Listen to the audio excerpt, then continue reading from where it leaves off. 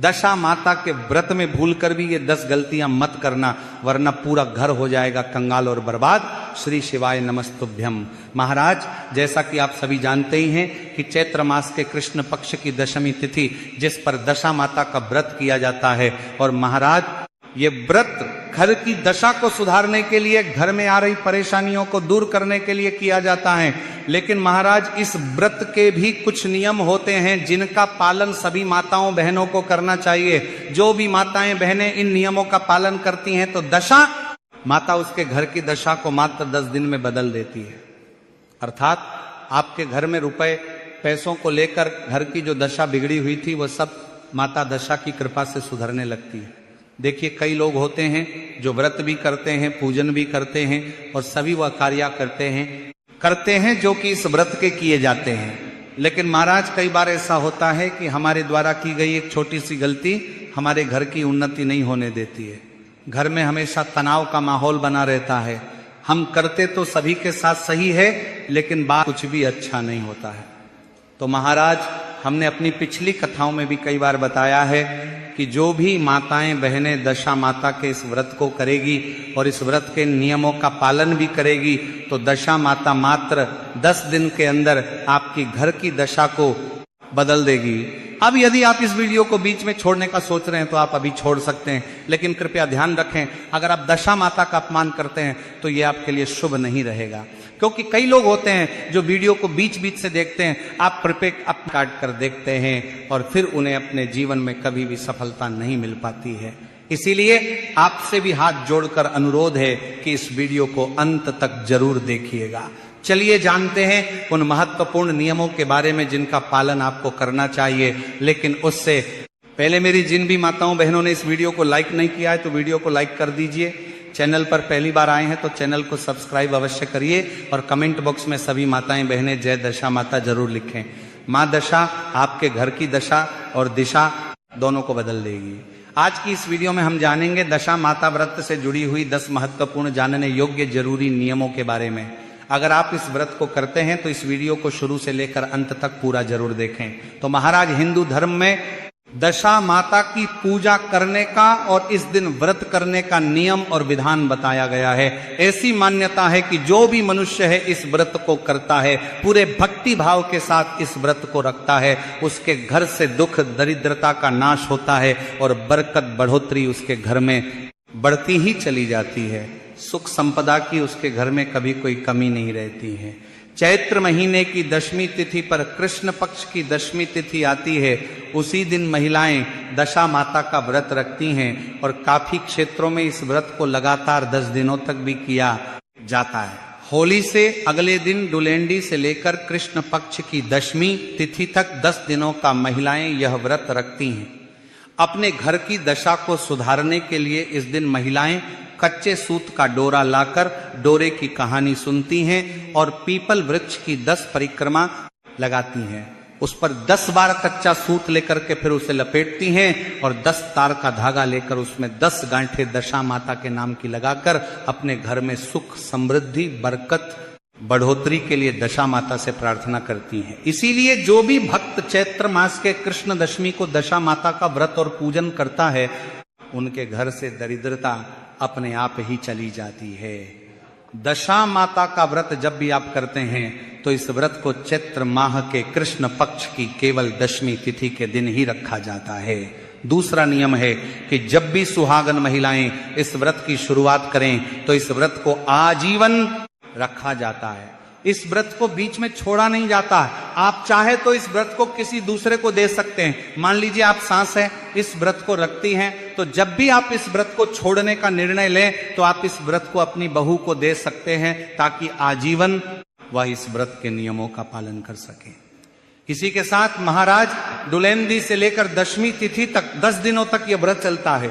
अगर आप 10 दिनों का यह व्रत ना भी रख पाए तो केवल एक दिन यह व्रत रखकर दशा माता की कृपा के भागीदार आप बन सकते हैं। अगर आप दशमी तिथि तक का है, कोई दूसरा इस व्रत को करने वाला संभालने वाला नहीं है, तो जब तक आप इस व्रत को कर सकते हैं तब तक आप इस व्रत को करें और दशा माता से अपने घर की दशा को सुधारने के लिए प्रार्थना करें। अगर कोई पूजा में त्रुटि हो तो उसके लिए भी आप क्षमा प्रार्थना अवश्य करें।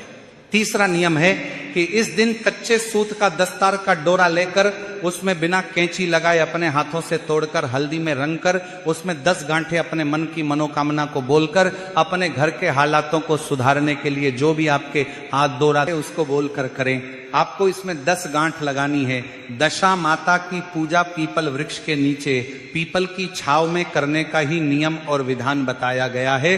तो इसीलिए महाराज अगर आपके अपने आसपास में पीपल का वृक्ष है तो आप इस पूजा को वहीं पर कीजिए। अगर किसी वजह से आपके आसपास में पीपल नहीं है तो आप घर पर भी पीपल के 10 पत्ते लाकर दशा माता की फोटो रखकर या दशा माता का नाम लेकर भी आप इस व्रत की पूजा को अपने घर पर भी कर सकते हैं।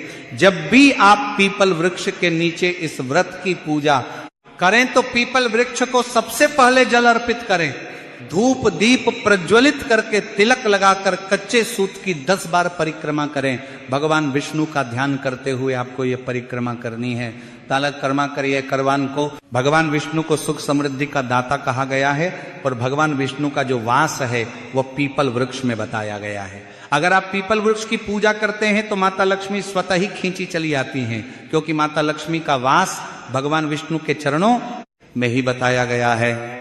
और जब माता लक्ष्मी आपके घर में आएंगी तो आपके घर की आर्थिक दशा है वह सुधरने लगती है। नंबर 4 है इस डोरे कि जब भी आप पूजा करें, पूजा करने के बाद आपको नल दमयंती की कथा अवश्य सुननी चाहिए। अपने हाथ में गेहूं के दाने लेकर आपको नल दमयंती की कथा सुननी है।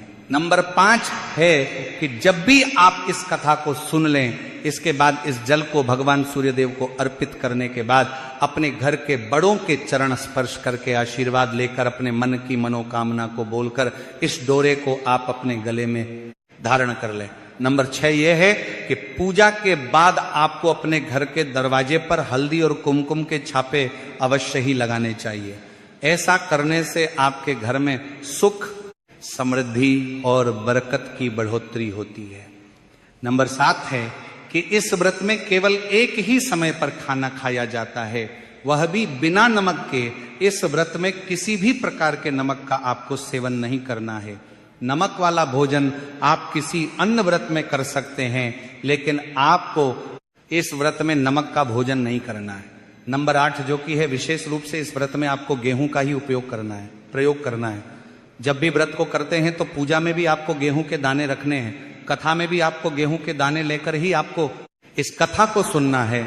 नंबर 9 है कि घर की साफ सफाई करके ही आपको आज के दिन इस व्रत की पूजा करनी चाहिए, इस व्रत की कथा सुननी चाहिए। आप एक दिन पहले अपने घर में अच्छे से साफ सफाई कर लें, क्योंकि जहां पर गंदगी होगी वहां पर दशा माता लक्ष्मी माता गलती से भी प्रवेश नहीं करती हैं। अगर आपको अपने घर की दशा सुधारनी है तो अपने घर में साफ सफाई का विशेष तौर पर ध्यान रखें।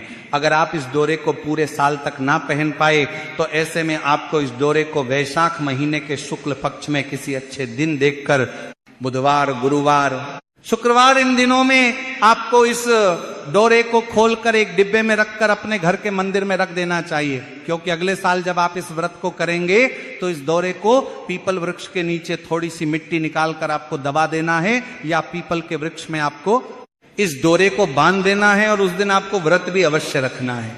अगर आप दशा माता के व्रत में इन 10 नियमों का पालन करते हैं तभी आपको इस व्रत का पुण्य प्राप्त होता है। अब महाराज हम आप सभी को यह भी बता देते हैं कि इस बार यह व्रत कब रखा जाएगा, 12 या 13 मार्च, और इसी के साथ पूजा का शुभ मुहूर्त क्या रहेगा। तो महाराज दशा माता व्रत प्रत्येक वर्ष चैत्र मास के कृष्ण पक्ष की दशमी पर किया जाता है। ऐसे में महाराज इस वर्ष दशमी तिथि की शुरुआत 13 मार्च को सुबह 6:29 पर होगी और इसकी समाप्ति अगले दिन 14 मार्च को सुबह 8:11 पर होगी। ऐसे में उदया तिथि के अनुसार यह व्रत इस बार 13 मार्च दिन शुक्रवार को ही रहेगा।